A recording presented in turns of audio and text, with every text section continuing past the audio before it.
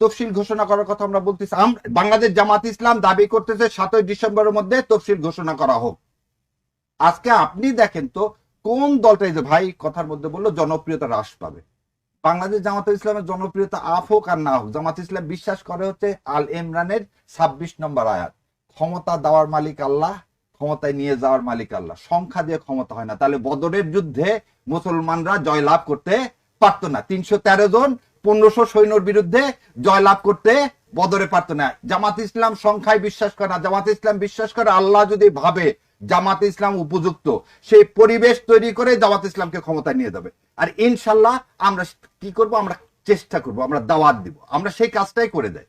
অতএব আমার মানে পপুলারিটি বাড়া কমার সাথে আজকের এই পরিবেশ যদি আল্লাহ সুবহানাহু তৈরি না করতো, আমরা কি আসতে পারতাম? না, এটা তো অবশ্যই না। আল্লাহর উপর আল্লাহর উপর পূর্ণ আস্থা বিশ্বাস রেখেই তো আমাদের মূল কথাটাই কি, কোরআন এবং সুন্নাহ অনুযায়ী আমরা